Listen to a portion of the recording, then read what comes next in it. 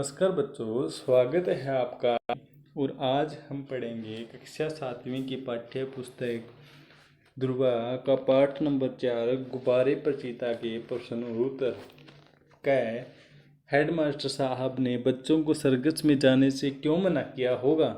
Answer, headmaster साहब जानते होंगे कि यह स्थान बच्चों के लिए सुरक्षित नहीं है। वहाँ बहुत प्रकार के जंगली जानवर होते हैं। कौन सा जानवर कब क्या कर दे यह कोई नहीं जानता।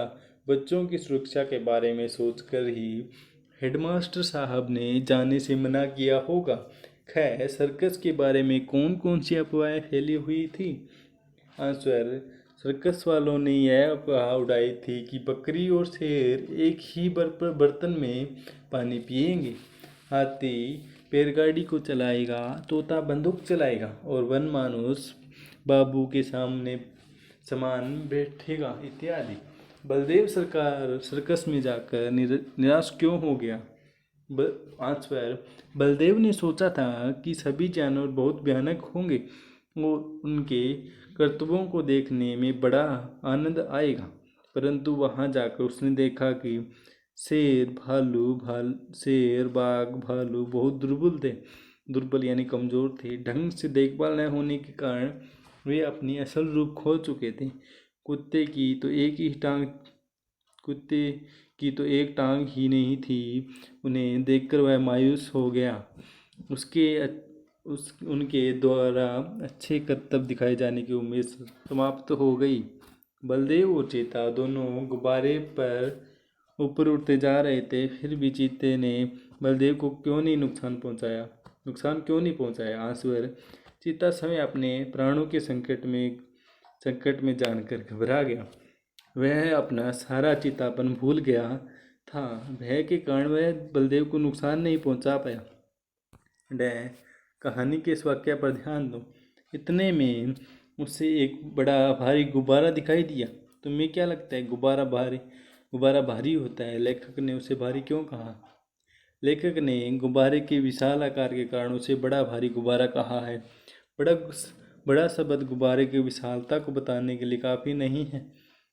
उसने बड़ा के साथ भारी शब्द लगाकर उसकी विशालता को बहुत अच्छी तरह से बताने का प्रयास किया है ताकि पढ़ने वाले गुब्बारे के आकार का अंदाज़ा लगा सकें।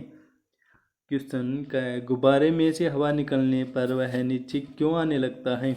गुब्बारे के अंदर गुब्बारे को ऊपर उड़ाने के लिए उसमें गर्म हवा भरी जाती है। गर्म हवा हल्की होती है तथा गुब्बारा इसके कारण ऊपर उठने लगता है। जैसे जैसे गुब्बारे में से हवा निकलने लगती है, गर्म हवा का प्रभाव समाप्त होने लगता है, गुब्बारा भारी होने लगता है और गुरुत्वाकर्षण के कारण वह नीचे गिर जाता है।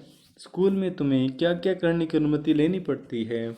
खैर, स्कूल से बाहर जाने की अनुमति लेनी पड़ती है, किसी मित्र को बुलाने की अनुमति लेनी पड़ती है, बाहर से कुछ मंगवाने की अनुमति लेनी पड़ती है, देर से आने की अनुमति लेनी पड़ती है, अवकाश में जाने की अनुमति लेनी पड़ती है, पानी पीने जाने के लिए अनुमति लेनी पड़ती है।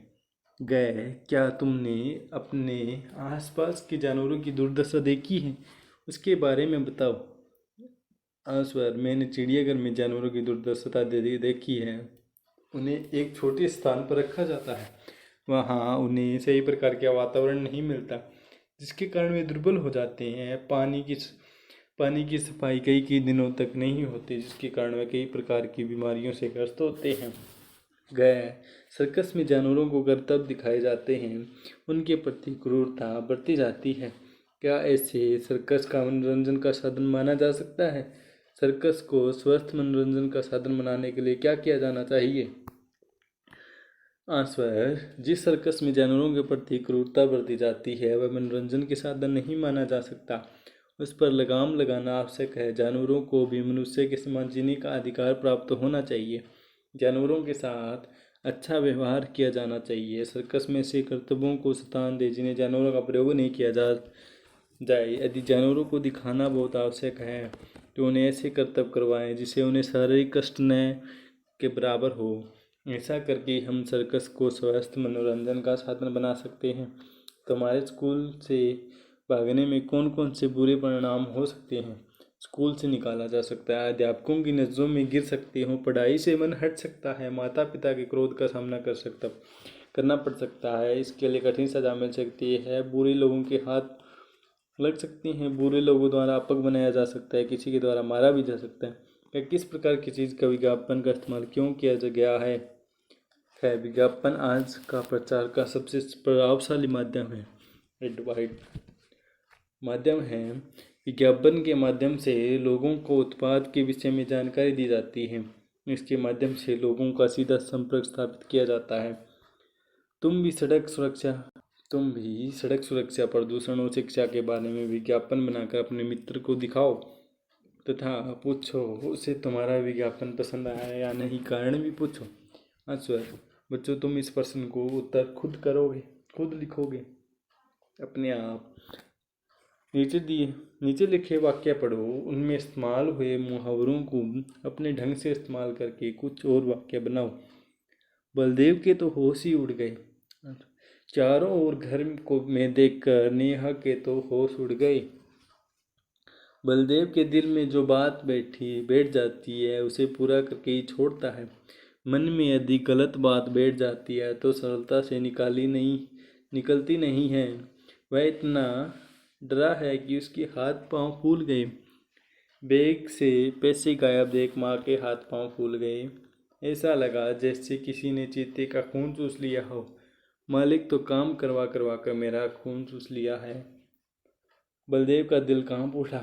भैया की बीमारी का नाम सुनकर मेरा दिल कांप उठा। धन्यवाद।